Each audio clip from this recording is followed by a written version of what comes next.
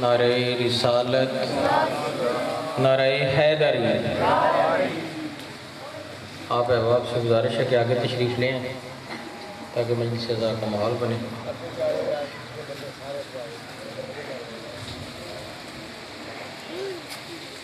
بلا کسی تاخیر ضابط خطاب داعی اتحاد بین المسلمین حجت الاسلام والمسلمین مولانا سید سلیم عباس جعفری صاحب ذکر محمد و اہل بیت محمد بیان فرمائیں گے۔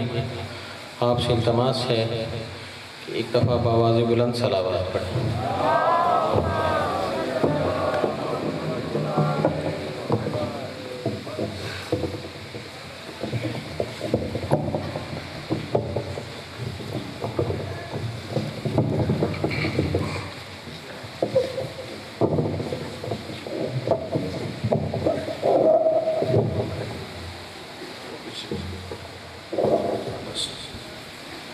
بلندتر درود بھیج دیجئے محمد والے محمد۔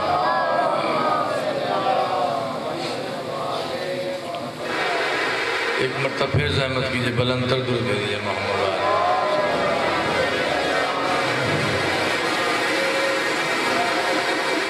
اعوذ باللہ من الشیطان اللعین الرجیم، بسم اللہ الرحمن الرحیم۔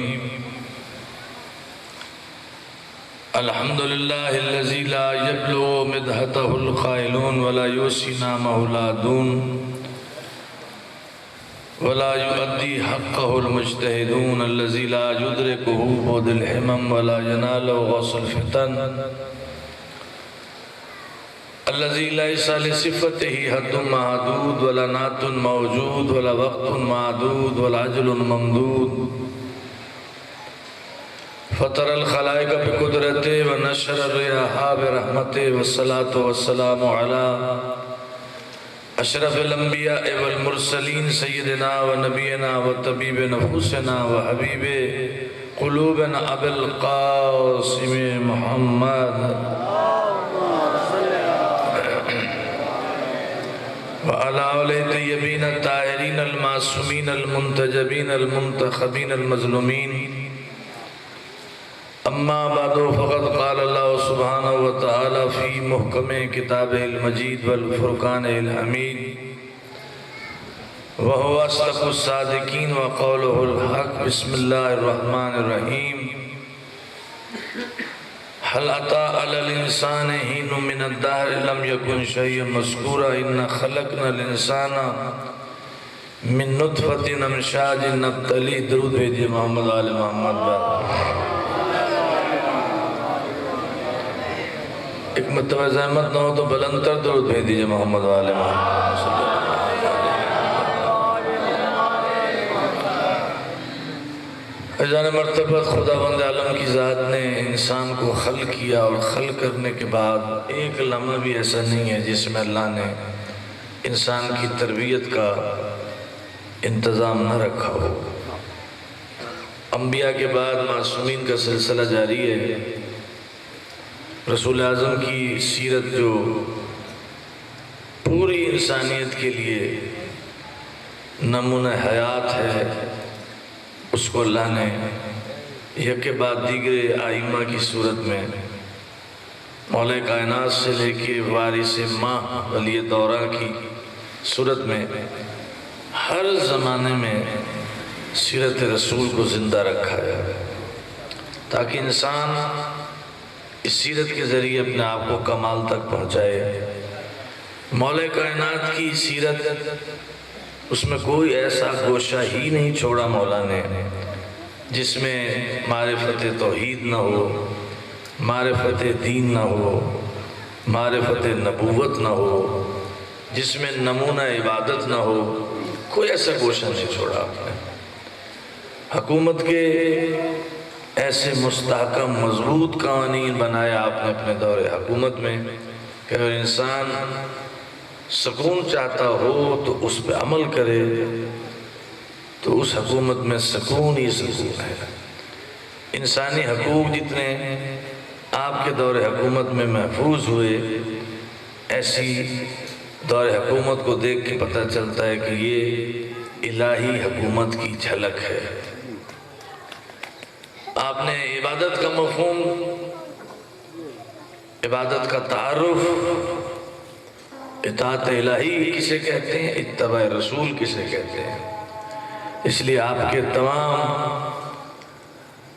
رسول اللہ کے اصحاب، رسول اللہ کے جتنے زمانے میں، ان میں سے ایک صرف اور ذات مولا کائنات لیں تو آپ فرماتے ہیں میں رسول کے پیچھے ایسے چلا جیسے اونٹنی کا بچہ چلتا ہے۔ سہرا میں آپ دیکھا اونٹنی کا بچہ جب چلتا ہے تو ماں کے پیچھے پیچھے نہیں، بلکہ جہاں ماں قدم رکھتی ہے اس نشان قدم پر وہ اپنے قدم رکھتا ہے۔ اس سے مراد یہ ہے کہ مولا کائنات نے سیرت کو اپنی مرتب ہی رسول کی سیرت پہ کیا ہے۔ آپ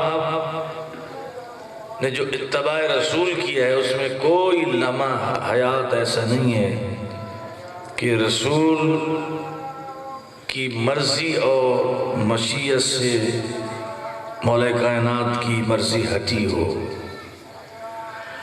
اللہ کی اطاعت کا جو آپ نے نمونہ دیا ہے وہ یہ کہ آپ نے حکم خدا اور حکم رسول کو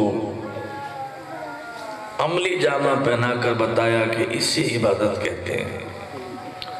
اگر میں ساری رات 1000 رکعت پڑھتا ہوں اور رسول کہہ دیں کہ آج سونا ہے تو میں اولیت دوں گا کہ رسول کیا چاہتا ہے، کیونکہ عبادت وہی ہے جو رسول کی چاہت کے مطابق ہو، عبادت وہی ہے جو خدا چاہتا ہو۔ عبادت میری مرضی کا نام نہیں ہے، عبادت کسی فرد کی مرضی کا نام نہیں ہے، عبادت وہ جس کو اللہ چاہتا ہو، جو رسول ہمیں دے کر گئے ہیں۔ اس لیے آپ دیکھیں سورج پلٹا ہے علی کے عمل کی تائید کے لیے، کہ یہ سورج کا پلٹنا صرف سورج کا پلٹنا نہیں ہے، پورا لوح محفوظ کا نظام بدلا اس وقت علی کے ایک امر بالمعروف سے۔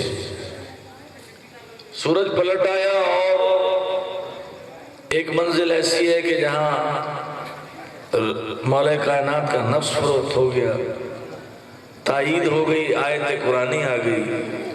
اللہ نے آیت بھیج کر بتایا کہ جہاں علی 1000 رکعت پڑھتا تھا وہاں یہ آیت نہیں آئی، بلکہ آج علی سویا ہے یہاں آیت آئی ہے، کیونکہ ملک لگ اعتراض کیا تھا کہ تو نے آدم کو خلافت کیوں دی ہے، یہ تو فساد کرے گا، خونریزی کرے گا۔ اللہ نے انی اعلم ما لا تعلمون کہہ کے خاموش کر دیا تھا، کیونکہ انسان کی شرف یہ ہے کہ اس میں اور ملائکہ میں بنیادی فرق یہ ہے کہ ملائکہ میں ایثار کا جذبہ نہیں ہے، قربانی نہیں ہے۔ انسان میں اللہ نے یہ جذبہ رکھا ہے ایثار اور قربانی کا۔ اللہ نے مثال دی کہ آدم کے معاملے میں تم نے مجھ سے سوال کیا تھا تو سنو جبریل میکائیل، ہم نے تمہیں خلافت اسی لیے نہیں دی، تمہاری ایثار نہیں ہے، تم میں قربانی کا جذبہ نہیں ہے۔ ہم نے تمہیں خلق کر کے کہا تھا کہ تم میں سے کون ایک دوسرے کو اپنی زندگی کا کچھ حصہ دے سکتا ہے، کہ تم سب خاموش رہے، جبریل تم بھی خاموش رہے، میکائیل تم بھی خاموش رہے، لیکن یہ دیکھو یہ سو گیا اپنے نفس کو فروخت کر کے مرضی الہی کے لیے۔ معلومہ شب ہجرت سے قیامت تک، شب ہجرت سے پہلے کی بات نہیں ہے، شب ہجرت سے قیامت تک اب اللہ راضی اسی سے ہوگا جس سے پہلے علی راضی رہے۔ ایک بلندر دودھ بھیجئے محمد والے محمد والے۔ تو زندگی کا کوئی گوشہ ایسا نہیں ہے، 3 چیزیں مولا کائنات نے اور 4 ستون قائم کیے ہیں آپ نے اپنی حکومت میں، کہ اگر ان ستون پر کوئی حکومت کرے گا تو وہ حکومت کامیاب و کامران ہوگی، جس میں مخلوق ہر قسم کی مخلوق کے حقوق محفوظ ہو جائیں گے۔ اس میں آتے ہی سب سے پہلا جو آپ نے کام کیا میرے کائنات، جب برسر اقتدار آئے ہیں آپ نے دارالخلافہ دارالحکومت کوفہ قرار دیا، اور وہاں آ کر آپ نے جب اپنے عمال یعنی عامل جو گورنر تھے، جس کو والی کہا جاتا ہے، وزیروں کو، والیوں کو آپ نے سب سے پہلے خطوط جاری کیے کہ تم نے حکومت کی طرز پہ کرنی ہے، تمہاری ذمہ داری کیا ہے۔ اس میں آپ نے 4 ستون بیان کیے ہیں حضرت مالک اشتر کو۔ جب والی مصر بنا کر آپ نے بھیجا ہے تو وہ دستاویز آج بھی اب قیامت تک کے لیے ہر انسان کے لیے ایک نسخہ حیات ہے کہ اس پہ تم اپنی زندگی گزار دو تو کبھی ہلاک نہیں ہوگے، ناکام نہیں ہوگے، کامیاب اور کامران ہوگے۔ اس میں سے پہلا ستون مولا کائنات فرماتے ہیں مالک اشتر، خراج جمع کرنا تمہارا کام ہے، زکوٰۃ جمع کرنا، خمس جمع کرنا، ٹیکسز جو ہیں حکومت نے جو نافذ کی ہیں وہ جمع کرنا تمہارا کام ہے، یعنی بیت المال کی حفاظت تمہارے ذمے ہے۔ بیت المال جتنا مضبوط ہوگا حکومت اتنی مضبوط ہوگی، اور بیت المال کے تم امین ہوگے، بیت المال پہ تمہیں حق کے تصرف نہیں ہوگا کہ تم بیت المال سے اپنی جیب بھر لو، اپنے خراجات بناؤ، نہیں، بیت المال عوام کا حق ہے، اس کی حفاظت کرنا تمہاری ذمہ داری ہے، اللہ نے یہ تمہارے کندھوں پہ ذمہ داری عائد کی ہے۔ مولانا پہلا ستون بنایا کہ اپنے حکومت کے خزانے کو، بیت المال کو مضبوط کرو، پھر تمہیں کسی ملک کے سامنے ہاتھ پھیلانا نہیں پڑے گا، تمہیں کسی کے سامنے بھیک مانگنا نہیں پڑے گی۔ اگر تم بھیک مانگتے رہے تو وہ تم پہ حکومت کرے گا، تم یہاں حکومت کے قابل نہیں رہو گے، پھر حاکم وہ ہوگا، تم حاکم نہیں ہوگے، تم تو اس کے محکوم ہو جاؤ گے۔ اس لیے سب سے پہلے اپنے آپ کو، حکومت کو مضبوط کرنا ہے، بیت المال تمہارا مضبوط ہو۔ اس کے بعد آپ فرماتے ہیں فلاح و بہبود کے لیے کام کرنا ہے، تم نے انسانی فلاح بہبود کے لیے تم نے کام کرنا ہے تاکہ انسانیت پنپتی رہے، انسانیت کی تعمیر ہوتی رہے۔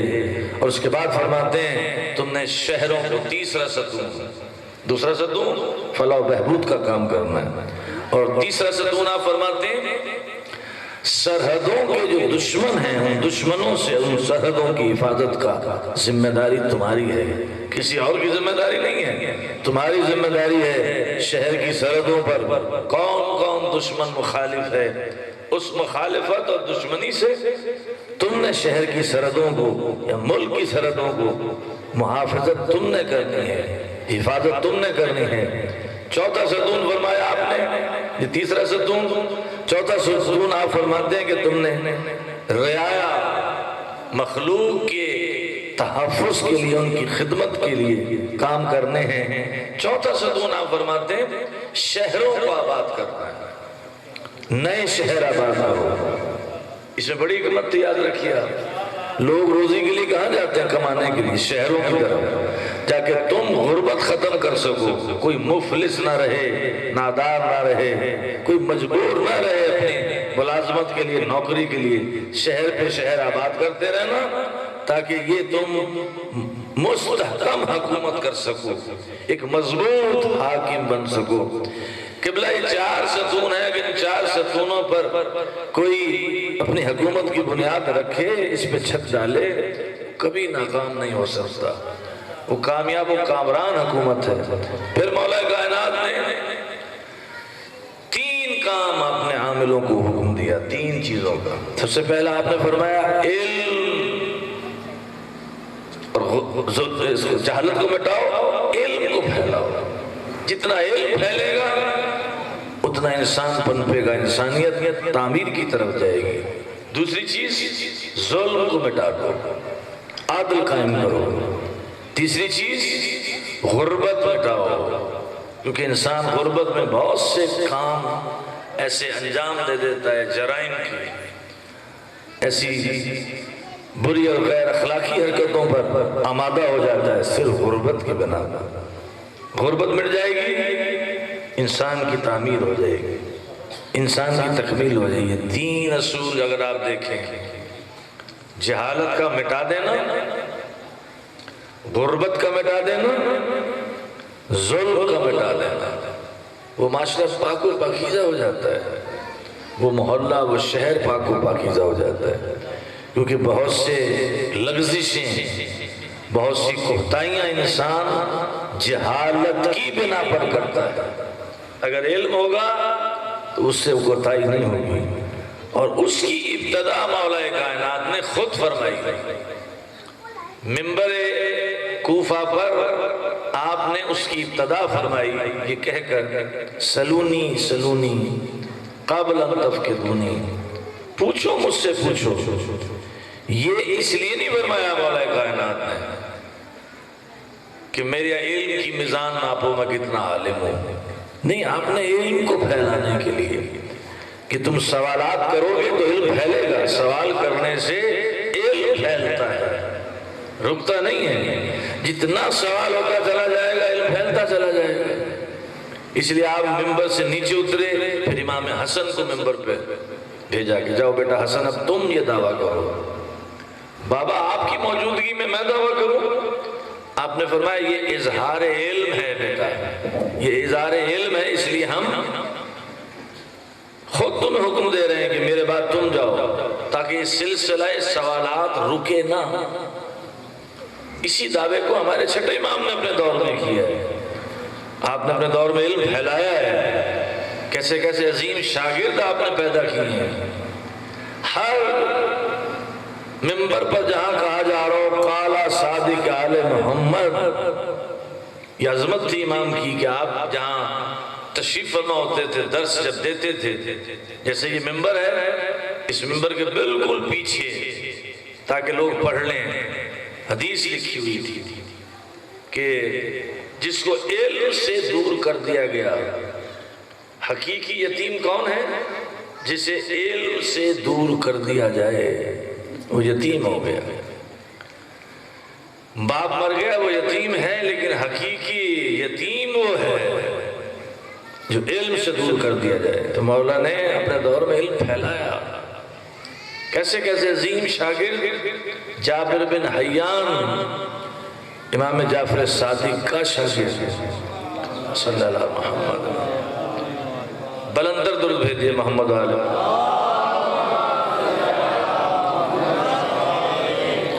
اب آپ دیکھیں مولا کائنات کی حکومت کتنی مضبوط حکومت تھی، کوئی ایسی لچک نہیں تھی۔ رسول اللہ کے دور میں کوئی قید خانہ نہیں تھا، مدینے میں کوئی قید خانہ نہیں تھا، بہت کم جرائم ہوتے تھے، ہو جاتا تھا تو وہ خود آ کے رسول سے اپنے جرم کا اقرار کرتے تھے، سزا حاصل کرتے تھے، پاک ہو جاتے تھے۔ مولا کائنات کے دور میں بھی اس نظام مصطفیٰ کو دہرایا گیا، اس کو دوبارہ رسول اللہ نے، مولا کائنات نے رسول کے اس نظام کو رائج کیا کہ اولاً تو جرائم بہت کم ہوتے تھے۔ یہ نہیں تھا کہ آپ کا شیعہ کوئی مجرم ہو اور آپ اس کو معاف کر دیں، جیسے حکومتوں میں ہوتا ہے کہ یہ ہمارا عزیز ہے، رشتہ دار ہے،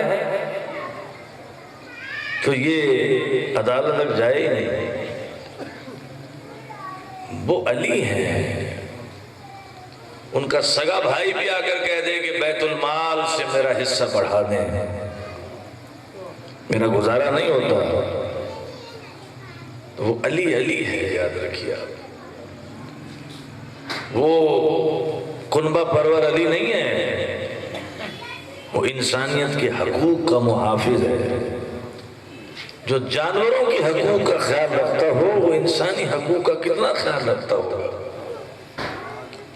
آپ کے دور حکومت میں دیکھیے آپ نے تو اصول معین کیے کہ ہر چیز کا حق ہے۔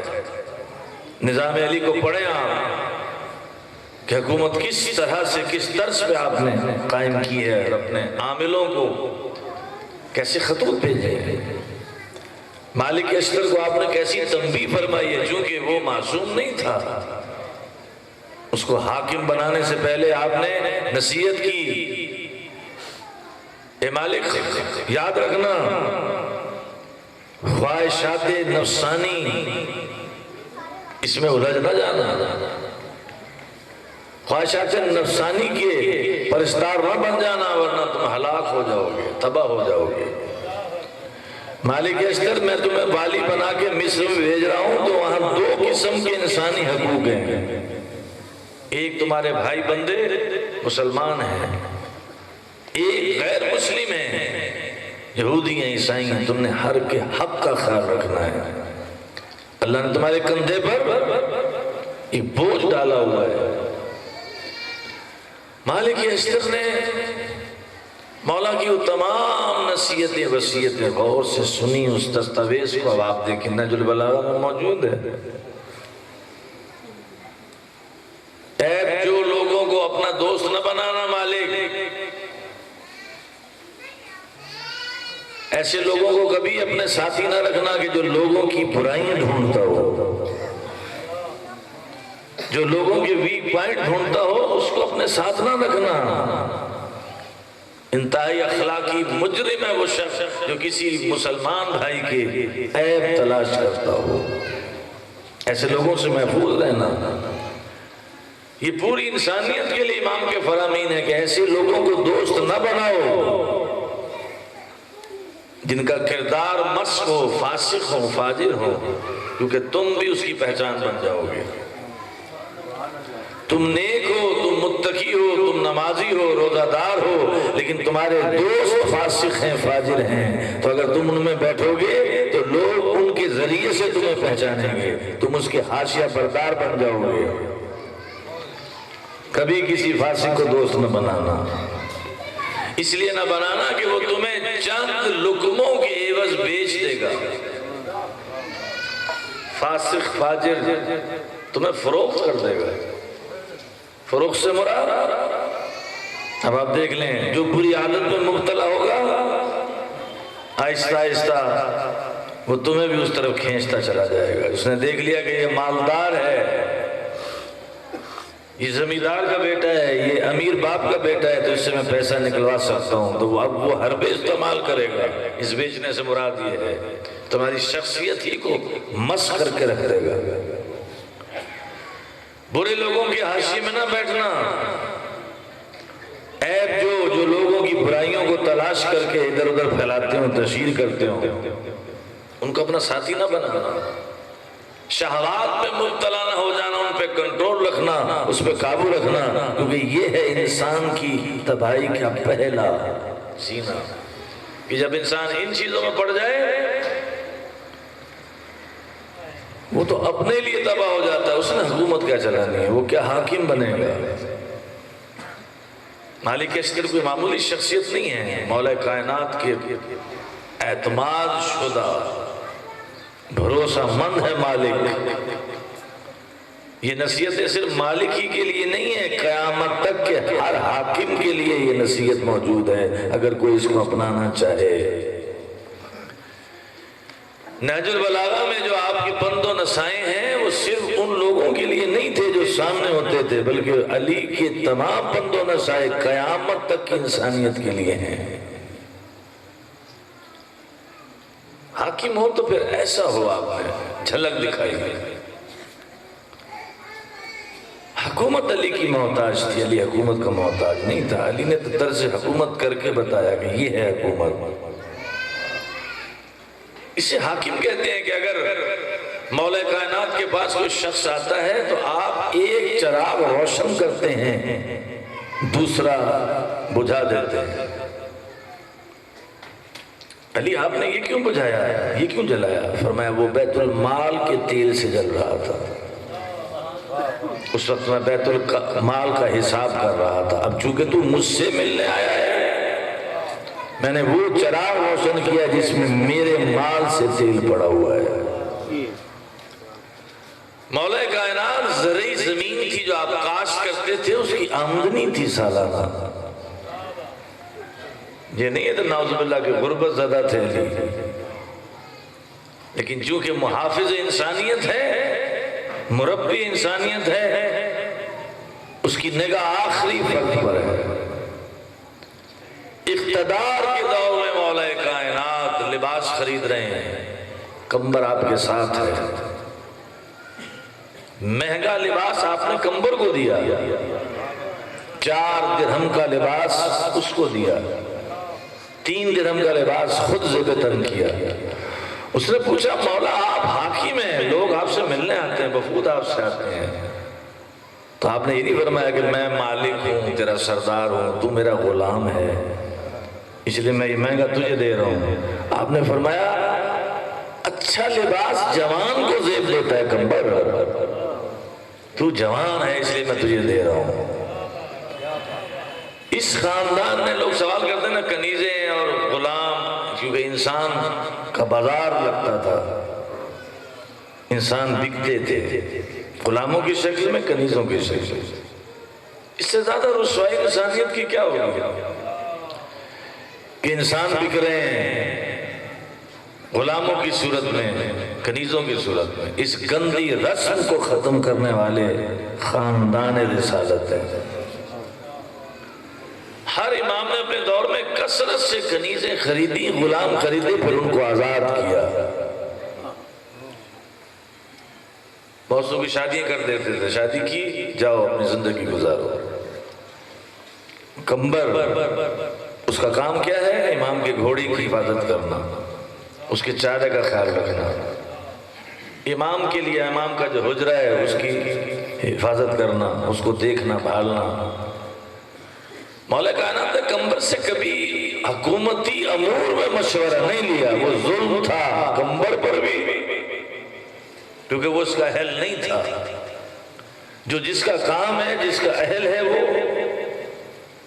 اسی سے وہ کام لیا جائے۔ اگر آپ اس سے مشورہ لینا شروع کر دیں تو یہ اس بیچارے پہ ظلم ہو جائے گا۔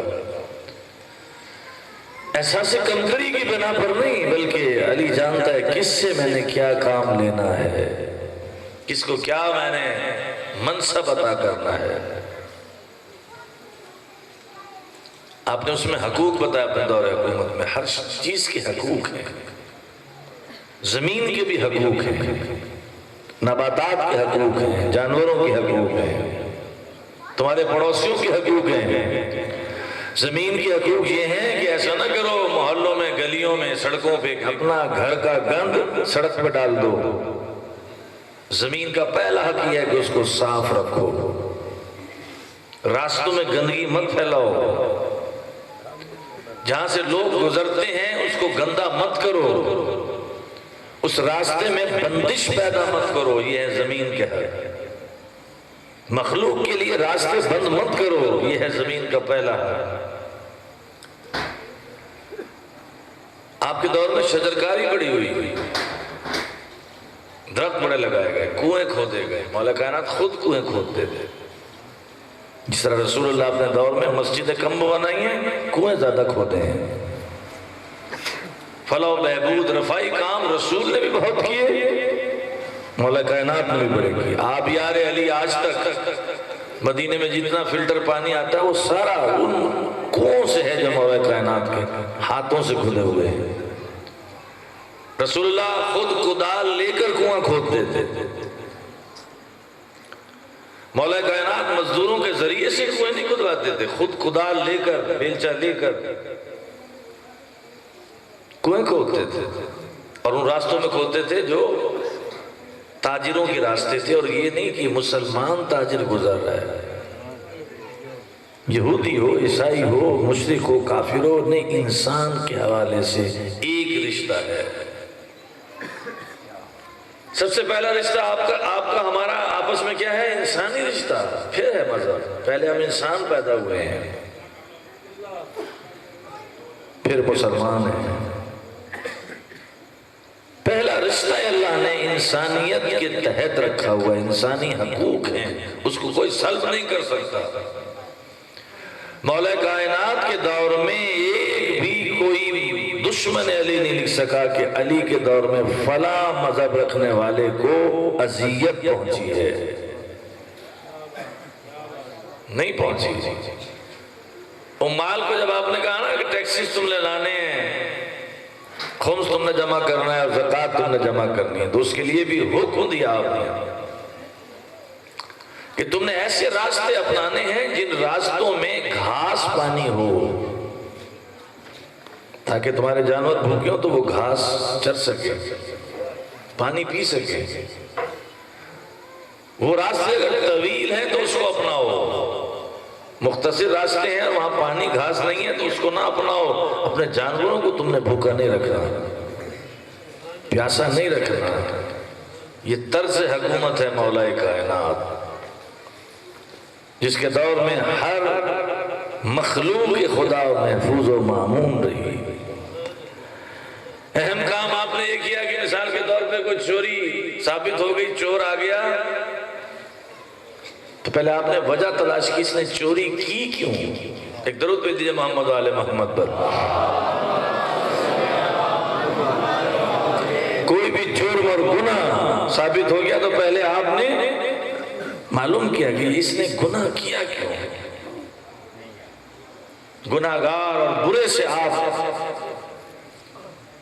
نفرت نہ کریں بلکہ پہلے اس برائی کی کھوج لگائیں. اس نے برا کام کیا کیا, وہ برائیوں کو ختم کیا مولا کائنات نے. چوری جو ہے غربت کی بنا پہ ہوئی ہے. آپ کا شیعہ چوری کر کے آیا اور وہ خود کہہ رہا ہے یا علی میں نے چوری کی ہے, مجھے سزا دے دیجیے. آپ نے کہا اس کی انگلیاں کاٹ کر. ایک درود بھیج دیجیے محمد آل محمد کا.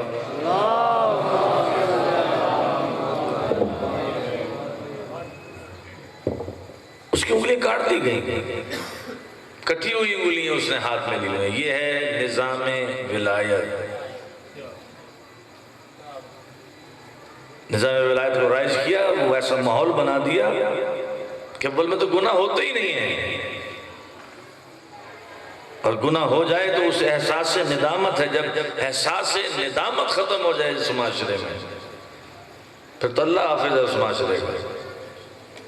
یعنی اس نے فعل حرام کیا, گناہ کیا اور اسے احساس ہی نہیں ہے کہ میں نے کیا کیا. یہ ہے امام وقت کا کام, انسان کو احساس دلانا کہ تم نے کس کا جرم کیا ہے. جب یہ احساس رہے گا تو معاشرہ پنپتا رہے گا. جب یہ احساس ختم ہو جائے گا انسانیت تباہی کی طرف جائے گی, ہلاکت کی طرف جائے گی. جیسے آج معاشرہ دیکھ رہے ہیں آپ. اب اگر آپ کسی بچے کو آپ کہتے ہیں بیٹا یہ کام نہ کرو تو وہ آپ کی بات کو نہیں سنے گا. وہ کہے گا میرا موبائل ہے, میں اس میں جو مرضی ڈال دوں, آپ کون ہوتے ہیں مجھے کہنے والے.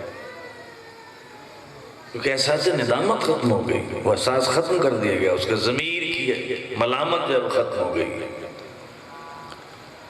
اس لیے آپ دیکھیں برائی کے پھیلانے کی وجہ مولا کائنات نے پہلے اس کو روکی ہے کہ اس کو روکو جس سے برائی پھیلتی ہے. یا تو تربیت اتنی کرو اپنے بچے کی کہ وہ اس چیز سے برائی لے ہی نہ. موبائل خرید کے دے دینا, کمپیوٹر ایک سب سے بڑا شیطان گھروں میں بیٹھا ہوا, پھر اس کے ساتھ نیٹ آ گیا. یعنی اس کو فری آپ نے اجازت دے دی کہ وہ رات کو جو مرضی جہاں سے بھی کوئی سائٹ کھول لے. اگر تو تربیت دی ہے اس کو آپ نے 6 برس تک اور بلوغت تک اس کو انسان بنا دیا ہے, اور اسے یہ بتا دیا ہے کہ بیٹا یہ دونوں چیزیں اس کے اندر ہیں, برائی بھی اچھائی بھی ہے.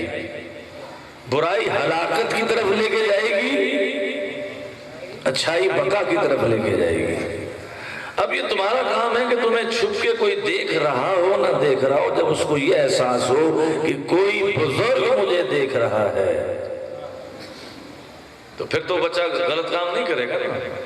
اور جب یہ احساس اس سے اوپر چلا جائے کہ میرا بزرگ دیکھ رہا ہو نہ دیکھ رہا ہو, میرا امام وقت مجھے دیکھ رہا ہے, اس سے اوپر اگر اس کا تقویٰ چلا جائے کہ کوئی دیکھ رہا ہو نہ دیکھ رہا ہو, میرا مالک میرا رب مجھے ضرور دیکھ رہا ہے. معاشرہ کبھی بھی صحیح نہیں ہو سکتا نعروں سے, نظام بدلنے سے, جب تک کہ ہر فرد کی اپنی اصلاح نہ ہو جائے. ہمارے یہاں مصیبت یہ ہے کہ ہم دوسروں پر تنقید کرتے ہیں, اپنی اصلاح نہیں کرتے. ایک استاد آئے اور وہ 40 بچوں کی کلاس میں آ کے کہے کہ کل آنا, ایک پرندہ اور ایک چھری لے کے آنا. اگلے دن وہ چھری اور پرندہ لے کر آ گئے. اب استاد ان کا امتحان لیتا ہے کہ دیکھو اس کو ایسی جگہ پہ ذبح کرنا جہاں تمہیں کوئی دیکھ نہ رہا ہو۔ تو 39 بچے تو ذبح کر کے لے آئے، چھری خون آلود پرندے ذبح، ایک بچے نے ذبح نہیں کیا۔ اس کا پرندہ بھی زندہ، چھری بھی صاف۔ اب ٹیچر پوچھتا ہے تم نے یہ پرندہ ذبح کیوں نہیں کیا؟ کہا آپ اپنی ذرا حکم دہرائیے جو آپ نے فرمایا تھا۔ کہا میں نے یہ تو سب کے لیے کہا ہے، انہوں نے بھی تو کیا نہیں، آپ دہرائیں اب دوبارہ۔ آپ نے کہا ہے ایسے مقام پر ذبح کرو جہاں تمہیں کوئی دیکھ نہ رہا ہو۔ یہ بڑی کڑی شرط لگائی ہے آپ نے، کیونکہ مجھے تو میرا خدا دیکھ رہا ہے۔ یا تو آپ کہتے کوئی انسان نہ تمہیں دیکھے، تمہارا ساتھی نہ تھا، آپ نے کہا کوئی نہ دیکھے تو میرا تو رب مجھے دیکھ رہا ہے۔ یہ ہے خلوت کا تقویٰ، تنہائی کا تقویٰ ہے تو معاشرہ اسلامی ہوگا۔ جس کی خلوتیں پاک ہوں، تنہائی پاک ہو، جس کی رات پاک ہو، کوئی اس کو دیکھ رہا ہے، کر سکتا ہے گناہ نہیں، وہ دیکھتا میرا مالک مجھے دیکھ رہا ہے۔ جب ہر فرد کا یہ تقویٰ منزل ہو جائے گی، معاشرہ اسلامی ہو جائے گا، معاشرہ پاک ہو جائے گا۔ مولا کائنات امام المتقین ہے۔ یعنی اگر کسی کو تقویٰ سمجھنا ہے کہ تقویٰ کسے کہتے ہیں تو وہ سیرت علی کو پڑھے کہ مولا کائنات نے زندگی کیسے گزاری ہے، آپ نے اپنی اولاد کو کیسے تربیت دی ہے۔ مولا عباس کی سیرت اگر آپ دیکھیں تو اس میں تربیت کا پہلا عنصر ہے علی۔ امام حسین علیہ السلام کی تربیت ہے مولا عباس میں۔ آپ تو ائمہ کی بات کرتے ہیں نا، پوری مولا عباس کی زندگی میں مجھے کوئی ایسی روایت دکھائے جہاں کوئی کہہ سکے یہ خطا کیا عباس نے۔ علی کے اولاد میں تو دو بیٹے معصوم ہیں، عباس تو محمد ہیں، عباس ہیں، عباس کی برادران ہیں، ان میں کوئی خطا دکھائے مولا عباس کی زندگی میں خطا دکھا دے کوئی نہیں ملے گی آپ کو، دشمن بھی نہیں دکھا سکتا۔ جس طرح علی کی زندگی مرضی رسول میں گزری ہے، اسی طرح عباس کی زندگی مرضی حسین میں گزری ہے۔ اگر آپ کہیں کہ مرضات کسے کہتے ہیں، مرضی کسے کہتے ہیں بھائی؟ اللہ کی مرضی آپ کہتے ہیں، کسے کہتے ہیں؟ اس کو وجود دیا جائے تو وہ حسین بنتا ہے، اور مرضی حسین کو وجود دیا جائے تو وہ عباس بنتا ہے۔ آپ کو نہیں ملے گی پوری زندگی میں سیرت میں خطا۔ مولا علی اکبر پوری زندگی میں دکھا دیے، آپ کو نہیں ملے گی کہیں خطا۔ جناب زینب عالیہ پوری زندگی میں خطا نہیں ملے گی آپ۔ انت عالمۃ غیر معلمہ، امام معصوم فرما رہے ہیں، ایسے نہیں فرما دیا امام سجاد۔ سیرت شہزادی سامنے ہے تو فرما رہے ہیں۔ یہ معصوم کی سند معمولی سند نہیں ہے۔ کوئی خاندان کا ایسا فرد دکھائیں آپ کہ جہاں آپ کو خطا مل جائے۔ محمد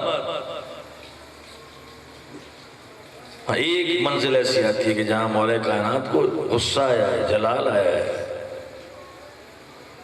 صفین کے میدان میں جب یہ بار بار آ رہے تھے نا، اس وقت مولا کائنات نے تلوار کی سپن کے کندھے پہ زور سے ماری ہے۔ محمد یہ تو نہیں آ رہا، یہ تیرے ماں کے دودھ کی تاثیر لا رہی ہے۔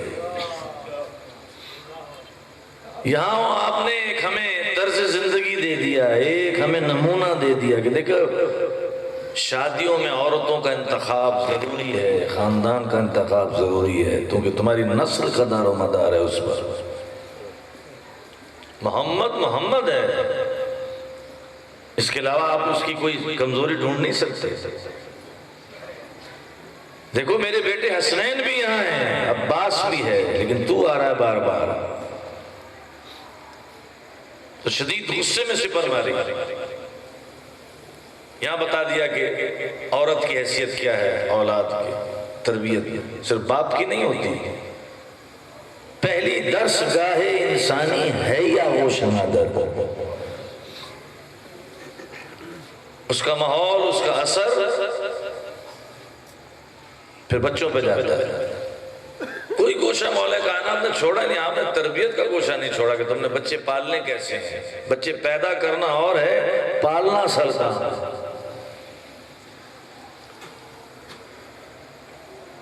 پیدا کر دینا کمال نہیں، وہ تو جانور پیدا کر رہے ہیں بھائی. پیدا ہو گیا تو اب تمہاری شرعی ذمہ داری ہے کہ اس کی تربیت کر کے اس کو انسان کامل بناؤ، اس کو مفید انسان بناؤ. صرف تم نے ڈاکٹر، وکیل، انجینئر نہیں بنانا، مفید بنانا ہے. ڈاکٹر بھی ڈاکو بن جاتا ہے، وکیل بھی ڈاکو بن جاتا ہے معذرت کے ساتھ، ٹیچر بھی ڈاکو بن جاتا ہے. تم نے صرف یہ نہیں دیکھنا کہ میں اسے منصب پر لے جاؤں، ڈاکٹر بن جائے، جج بن جائے، انجینئر بن جائے.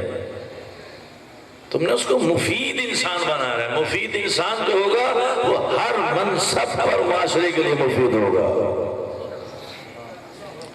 وہ اپنے منصب سے کبھی غداری نہیں کرے گا اگر وہ اس کی ابتدا تربیت میں تم نے مفید تربیت کی ہے، پاک تربیت کی ہے. اگر وہ کرسی عدالت پر بیٹھا ہے تو وہاں وہ دیکھے گا یہ منصب میرا کیا ہے اور میرے سامنے کون کھڑا ہوا ہے، کس کا حق کس کو دینا چاہیے، حقدار کو یا ڈاکو کو. صرف تعلیم دینے سے کام نہیں بنتا، تعلیم اور پھر ساتھ تربیت. جیسے مولا کائنات نے پوری تربیت اولاد ہمیں بتائی. بچے کو تم نے کیسے 4 سال تک کیسے رکھنا ہے، اس کے بعد تم نے اس کو کیسے رکھنا ہے، بلوغت میں کیسے رکھنا ہے. 4 سال تک جب وہ 4 سال کا ہو جائے تو اس کو اپنے ساتھ شامل کرو، نماز میں، مسجد میں لے جاؤ، تربیت دو اس کو. مسجد میں بے حرمتی کا پہلو نہ ہو، لے جاؤ. 6 برس کا ہو جائے اب تھوڑی سی سختی کرنے لگو اس کو، تاکہ وہ بلوغت تک، بالغ تک عادی ہو جائے واجبات کو ادا کرنے کا. لیکن بھائی جب ابا جان ہی صبح 10 بجے اٹھیں رات کو سو کے تو وہ بچے کو نماز کے لیے اٹھائے گا. جب باپ ہی سارے دن کیبل دیکھتا رہے گا، دوستوں میں ساری رات گزار دے گا، تو وہ بچے کو کیا تربیت دے گا. وہ ماں تربیت دے ہی نہیں سکتی بچوں کی جسے خود اپنے حجاب کا خیال نہ ہو. جو عورت خود دیندار نہیں ہے وہ بچے کو کیا مفید بنائے گی. ہلی بعد میں بنا، اس اصل میں ہلی کے بننے میں اس کے ماں کی تربیت ہے. کیونکہ وہ جو ہی شکم مادر میں آیا کوئی لمحہ نہیں تھا کہ مادر ہلی باوضو نہ ہو. وہ دودھ بھی پلاتی تھی ہلی کو تو باوضو ہو کے پلاتی تھی، واجبات الہیہ کا خیال رکھتی تھی، محرمات سے بچتی تھی. پھر ہلی پیدا ہوتے ہیں، پھر مفید پیدا ہوتے ہیں، پھر صدوق پیدا ہوتے ہیں. اثرات ہوتے ہیں. یاد رکھیے آپ پڑھیے، آپ مولا کائنات کے لیے فرامین ہیں انسان کو پرورش کرنے کے لیے. ہم مسائل جب پیدا ہو جاتے ہیں پھر مولوی صاحب کے پاس آتے ہیں کہ یہ شادی 4 سال ہو گئی، یہ مسئلہ ہو گیا. بھائی شادی سے پہلے آؤ، تاکہ جو ایک اللہ نے تمہارے لیے حلال ذریعہ رکھا ہے تو اس میں کوئی حرام پیدا نہ ہونے پائے، بعد میں کوئی خلل پیدا نہ ہوئے. پہلے آ جاؤ، پہلے پوچھ لو. ایک درود بھیج دیجئے بلند آواز سے مل کے، ایک مرتبہ مل کے پھر بلند تر درود بھیج دیجئے محمد و آل محمد.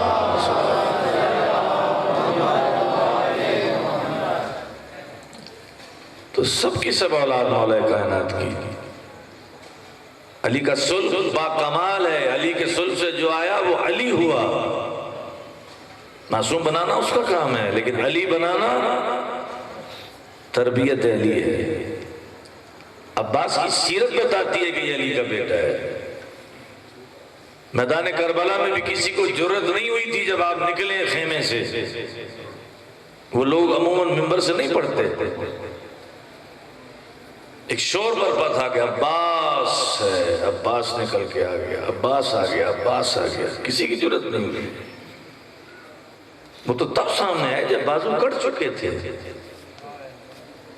کسی انسان کے بازو کاٹ دیں تو اس کی طاقت تو ختم ہو گئی۔ اب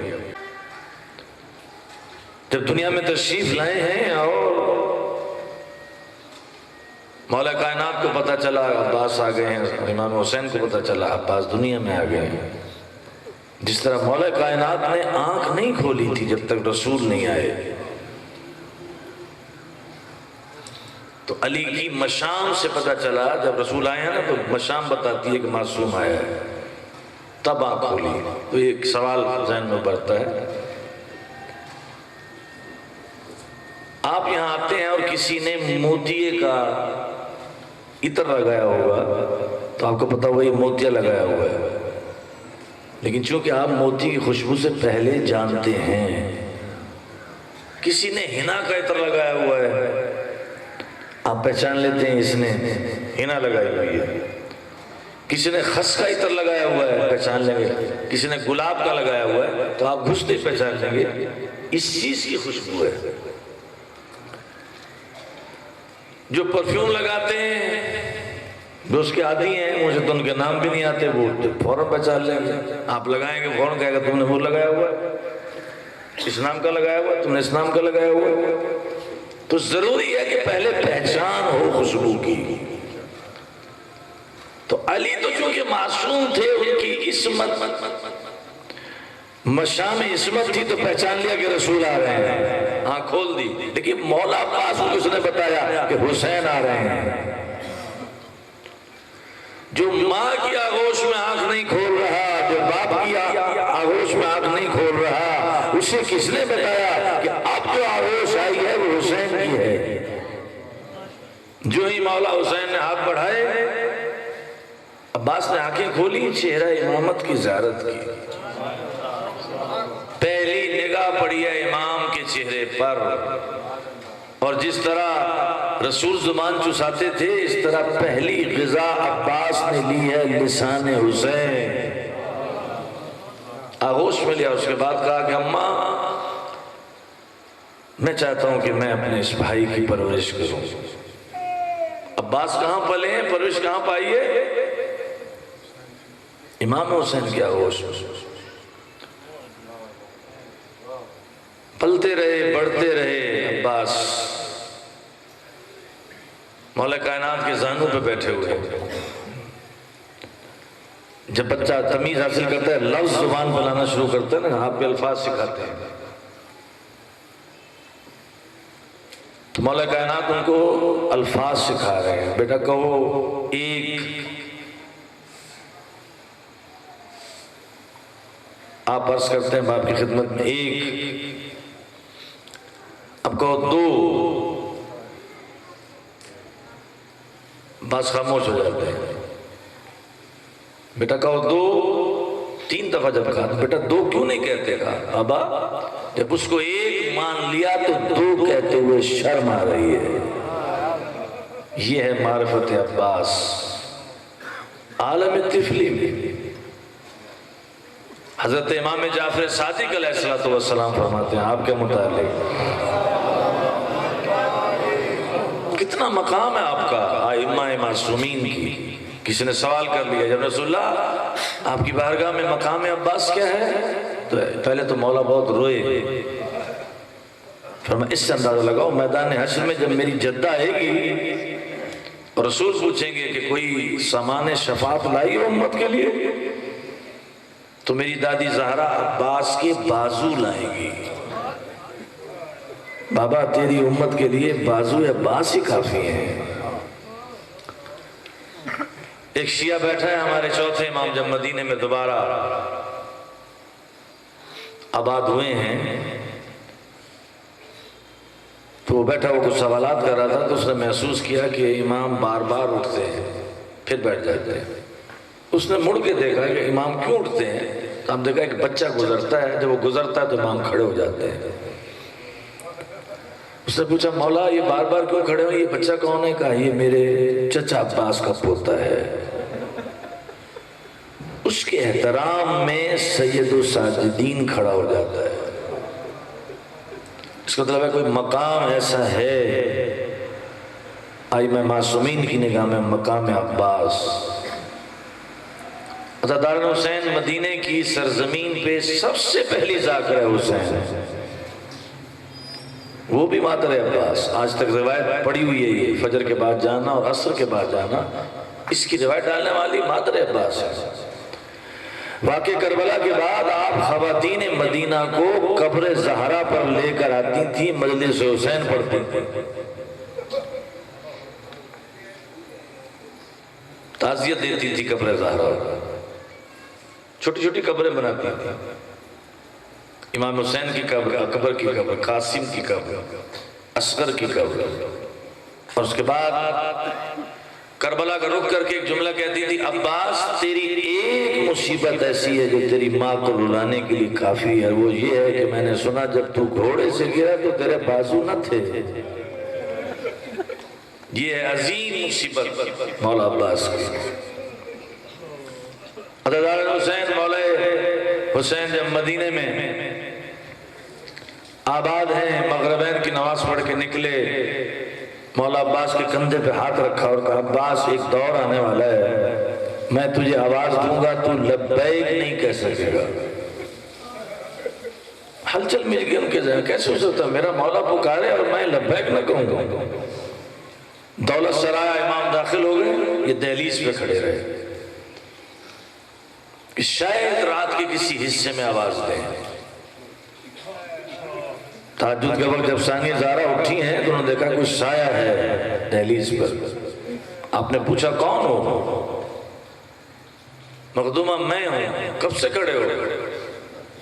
بتایا، دوڑتی ہوئی گئی جناب زینب عالیہ، مصلی عبادت پر امام تہجد کے لیے تیاری کر رہے ہیں۔ بھائی حسین وہ میرے بابا کی تصویر ہے، کب سے دہلیز پہ کھڑا ہوا ہے، امام سے پھر نالین نہیں سمجھی، دوڑتے ہوئے گئے، سینے سے لگا لیا، عباس وہ مدینہ نہیں، وہ عصر عاشور کربلا ہوگی، اور عباس تو کیا کوئی بھی نہیں ہوگا جب میں کہہ رہا ہوں گا حل من ناصر ینصرنا۔ اس لیے آپ دیکھیں یہ اصل میں حسین کی جوانی کا نام ہے عباس۔ اکبر کی شہادت پر آپ نے یہ کہا ہے کہ یا بنی علی دنیا بعدک علفا، لیکن یہ جملہ آپ نے مرثیہ پڑھا ہے عباس کی شہادت پر۔ الان انکسر ظہری، عباس تیری شہادت نے کمر توڑ دی، اور اس کے بعد لاش پر سر جھکا کے کہتے ہیں عباس تیری زندگی میں جو آنکھیں سوتی تھی آج کے بعد وہ سو نہیں سکیں گی، تیری دہشت کی بنا پہ جنہیں نیند نہیں آتی تھی آج وہ سوئیں گے، پسرے ساز سوئے گا، شمر سوئے گا، خولی سوئے گا، لیکن میری زینب و کلثوم، میری سکینہ، میری بیٹیاں بہنیں آج کے بعد سو نہیں سکیں گی۔ معلومات تقویت خاندان رسالت تھا عباس۔ عزاداران حسین جب صبح عاشور ہوئی ہے اور امام نے اذن جہاد دیا کہ لاؤ پانی لے آؤ، اور یہ اطلاع پہنچی ثانیہ زہرا کو، تو آپ نے کہا فضا عباس کو میرے خیمے میں لاؤ۔ مولا عباس آئے، مسند پہ بیٹھے ہیں، بھی فرماتی ہیں میں تمہیں روکوں گی نہیں، جو کہہ دیا امام نے اس سے روکوں گی نہیں، لیکن ایک روایت سن لو، جب میں چھوٹی سی تھی بابا کے زانوں پہ بیٹھی ہوئی تھی، اچانک ایک تیز ہوا چلی عباس، میرے سر سے ردا اتر گئی،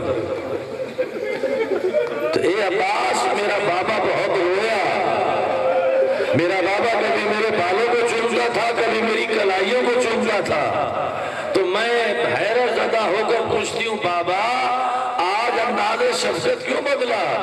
تو بابا نے مجھے کہا کہ ایک دن آنے والا ہے بیٹی، سر سے ردائیں بھی اترے گی، ہاتھوں میں رشن ہوگی۔ عباس جب تو پیدا ہو کے جوان ہوا تو میں سوچتی تھی جس کا عباس جیسا بھائی ہو، لیکن عباس آج میرے بابا نے صحیح فرمایا تھا، آج تو جا رہا ہے، بازار کوفہ بھی نزدیک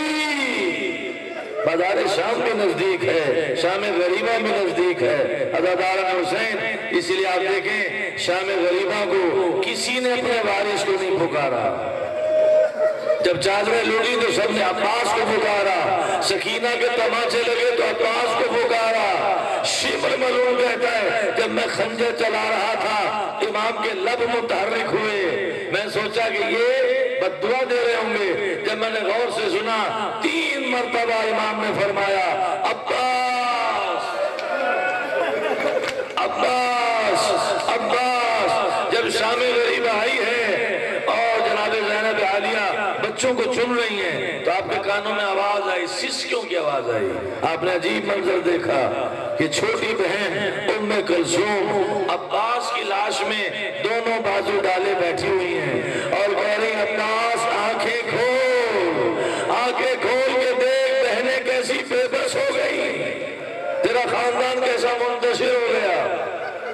عزاداران حسین عباس گئے، گھوڑے پہ سوار ہوئے، مشک کو بھرا، چلو میں پانی لیا، قوم اشکیا کو دکھایا، تم کہتے تھے تمہارا پہرا ہے، اور اس کے بعد اس چلو کو پلٹ دیا۔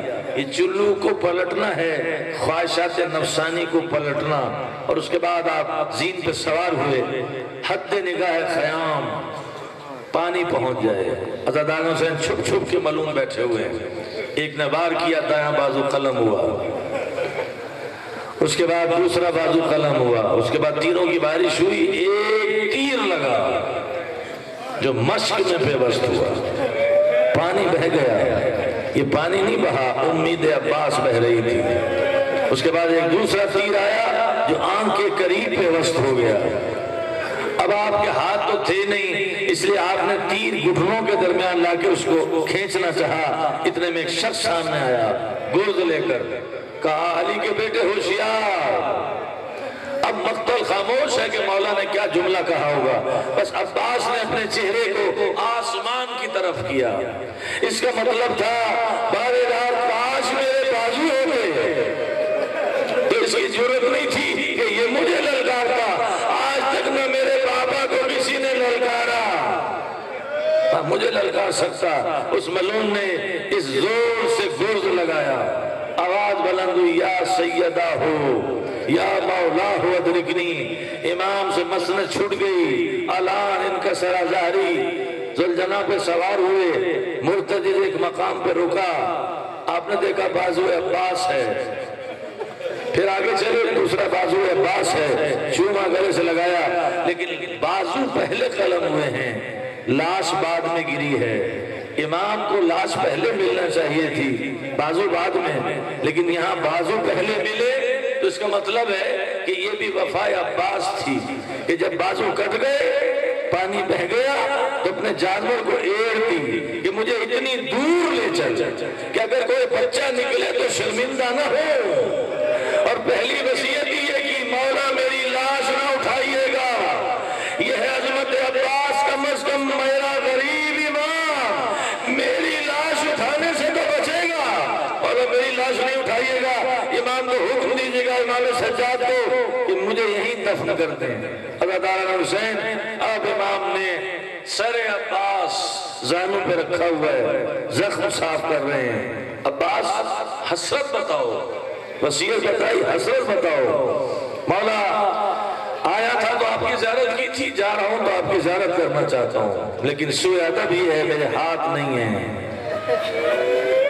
ایک آنکھ میں خون جمع ہوا، ایک آنکھ میں خاک کربلا ہے۔ امام نے دامن عباس سے خاک صاف کی، چہرہ امامت کی زیارت کی۔ اب امام فرماتے ہیں عباس میری بھی ایک خواہش ہے، مولا حکم کیجئے گا، حکم نہیں، میں خواہش کر رہا ہوں، بھائی بھائی سے خواہش کر رہا ہے، وہ یہ تو نے ساری عمر مجھے سید کہا، آج پہلی اور آخری مرتبہ مجھے بھائی کہہ کے مخاطب کر، اللہ لگائی بارے میری عزت رکھ، ماں کا حکم تھا فاطمہ کی اولاد برابر نہ سمجھنا، وہ سیدہ زادے ہیں تو کنیز زادہ۔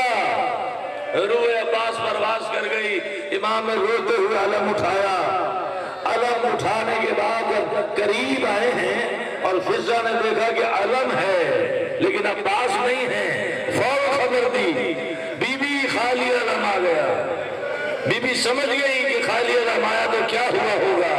آپ نے کہا فضا ساری بیویوں کو میرے خیمے میں جمع کرو۔ بیویاں خیمے میں آئیں، بی بی نے خطبہ دیا، بی بی علی کی بیٹی حق کے ضمانت اٹھاتی ہے۔ میں نے ضمانت دی تھی تمہیں چادروں کی، عباس کی دھارت سے، اب میرا عباس نہ رہا تو ضمانت واپس لیتی ہوں۔ کربلا میں واحد ماتم ہے عباس کا کہ ہر بی بی نے ماتم کیا، واحجابا